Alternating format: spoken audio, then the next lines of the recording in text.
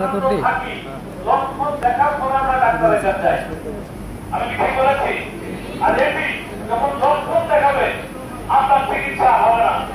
যে কারণে কথাগুলো আগে থেকে আমরা বলার জন্য আসছি এবং এই একটা নিয়েই আমরা কিন্তু আসি। অনেকে মনে করেন টিকা বিক্রির জন্য আসছে, যারা মানুষ সরকার ওষুধ বিক্রি করতে পারে সেখানে একটা ভ্যাকসিন যার এটা বিক্রি করা আরো সহজ, এটা বাংলাদেশের কারণ নাই। যাই হোক, এটি আপনাদের সবার জন্য একটি সুখবর হলো এই ভাইরাসে আক্রান্ত থাকলে ভয় নাই।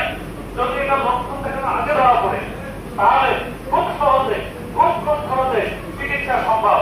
তাহলে লক্ষণে যদি না দেখায় আমরা বুঝবো কিভাবে?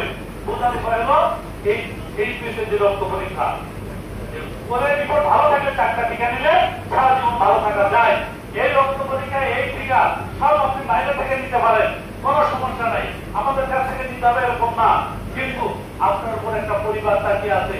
5 লাখ মানুষ মারা যাচ্ছে, 5 লাখ পরিবার নিঃস্ব হয়েছে। আপনাদের বুঝতে হবে কর্তৃপক্ষ কাজ বন্ধ করে কথাগুলো শোনাচ্ছে, প্রত্যেকটা সেকেন্ড মিনিটের মূল্য আছে। তাহলে সেটার থেকেও গুরুত্ব দিচ্ছে আপনাদের জীবনে, আপনাদেরও একটু এগিয়ে আসতে হবে। তো যাই হোক, আমরা একটু দেখি। এই হলো এই ভাইরাস, এটা হলো ক্ষুদ্র, আগে চোখে দেখা যায় না। এটি আমাদের কলিজার মধ্যে ঢুকে যায়, তাদের কলিজার কালাচ্ছেন যায়, গায়ে গুটি গুটি জায়গা দেখা যায়, এগুলো আস্তে আস্তে ফুলকা পড়ে যায়।